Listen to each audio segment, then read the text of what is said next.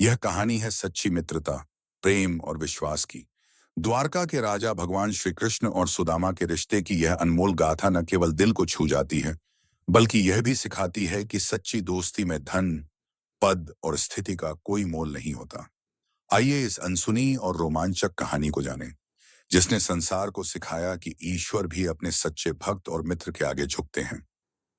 कृष्ण और सुदामा की मित्रता गुरुकुल के समय से शुरू हुई थी। कृष्ण जहां एक राजकुमार थे, वहीं सुदामा एक गरीब ब्राह्मण के बेटे। दोनों में गहरी मित्रता थी, और यह मित्रता समय के साथ और भी गहरी होती चली गई। गुरुकुल समाप्त होने के बाद दोनों अपनी अपनी राहों पर चल पड़े। कृष्ण द्वारका के राजा बने और सुदामा गरीबी में संघर्ष करते रहे। सुदामा के जीवन में अभाव ही अभाव था। उनके पास पहनने को ठीक कपड़े नहीं थे, खाने को भोजन नहीं था। उनकी पत्नी और बच्चे भूख से तड़पते थे। एक दिन उनकी पत्नी ने कहा, आप कृष्ण से मिलिए, वे आपके बाल सखा हैं, वे आपकी सहायता जरूर करेंगे। पहले तो सुदामा झिझके, लेकिन पत्नी के आग्रह पर उन्होंने द्वारका जाने का निश्चय किया। सुदामा ने अपनी पत्नी से कहा, मैं खाली हाथ कृष्ण के पास नहीं जा सकता, मित्र के लिए कुछ लेकर जाना चाहिए। पत्नी ने घर में बचा हुआ थोड़ा सा चावल एक कपड़े में बांध दिया। सुदामा वह चावल लेकर द्वारका के लिए निकल पड़े। यात्रा लंबी और कठिन थी, लेकिन सुदामा को अपने मित्र से मिलने की खुशी थी। जब सुदामा द्वारका पहुंचे, तो महल की भव्यता देखकर वे संकोच में पड़ गए। वह द्वारपाल से बोले, मैं भगवान कृष्ण का बचपन का मित्र सुदामा हूं, उनसे मिलने आया हूं।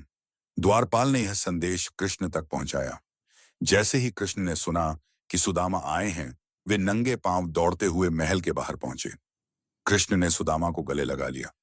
उनकी आंखें आंसुओं से भर गईं। उन्होंने कहा, सखा, इतने दिनों बाद तुम आए हो, तुम्हें बुलाने में इतनी देर क्यों लगाई?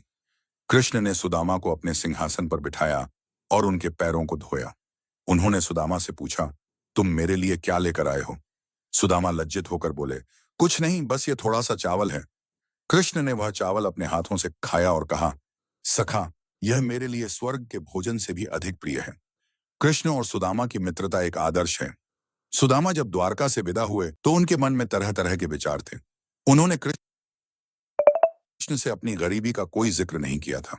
वे सोच रहे थे, मैं कृष्ण से केवल मिलने आया था। उन्होंने मुझे गले लगाया, सम्मान दिया, लेकिन मैं अपनी कठिनाइयों का समाधान नहीं मांग सका। शायद यही मेरी नियति है।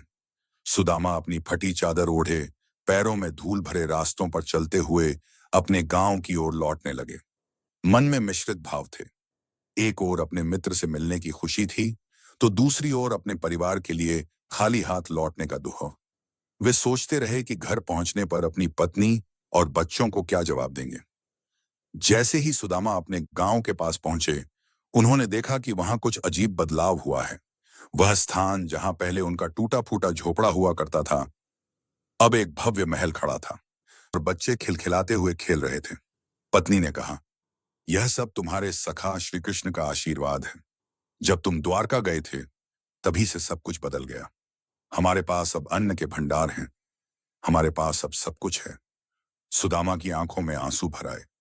वह महल के आंगन में बैठ गए और हाथ जोड़कर बोले, हे कृष्ण, तूने बिना मांगे सब कुछ दे दिया।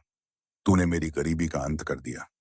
मैंने तुझसे कुछ भी नहीं मांगा, फिर भी तूने मेरी परेशानियों को समझ लिया। सचमुच तू सच्चे अर्थों में सबके मन की बात जानने वाला है।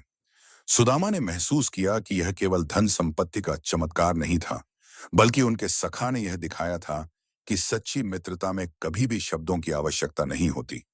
कृष्ण ने बिना कहे ही सुदामा की सभी चिंताओं को दूर कर दिया। अब सुदामा का परिवार नए जीवन की शुरुआत कर चुका था। महल में रहने के बाद भी सुदामा का जीवन पहले जैसा सरल और सादा था। उन्होंने अपनी सारी संपत्ति का उपयोग जरूरतमंदों की मदद करने में किया। इस तरह सुदामा ने अपने जीवन को कृष्ण के दिए आशीर्वाद का सही उपयोग करते हुए बिताया।